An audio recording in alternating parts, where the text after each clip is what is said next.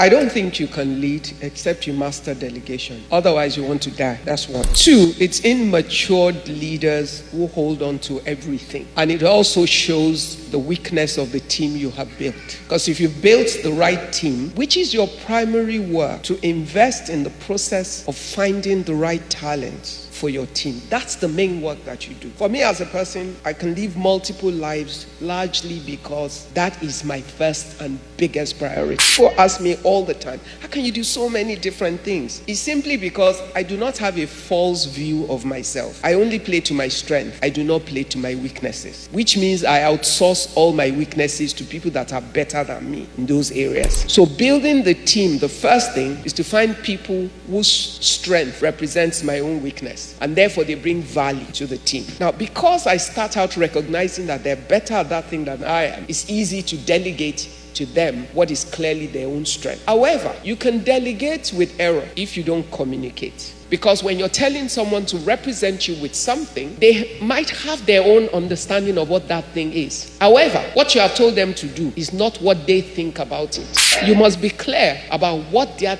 delegated assignment is. They can apply their skills, their wisdom to how to execute it in a way that the set goal and target and clearly defined goals and deliverables are what you get out of it. Because, like the question said, you are still accountable for it. So what you know you are accountable for at the end is what you build into the task that you give to the person with clear deliverables. Once you do that with all the different components of your delegated authority, at the end, obviously the one thing you also don't give up is when you delegate, you must have the helicopter view of things, which means you don't just disappear and walk away. You must have a communication line that allows you to oh yeah, you're doing right. Why don't you think about this? You let them take the decision, but you sometimes guide them because there's a reason you're the leader. There's something you know more than them, and the picture of the assignment, you have the whole picture. And when you have delegated authorities, in some cases, they understand the full picture. In many cases, they understand deeper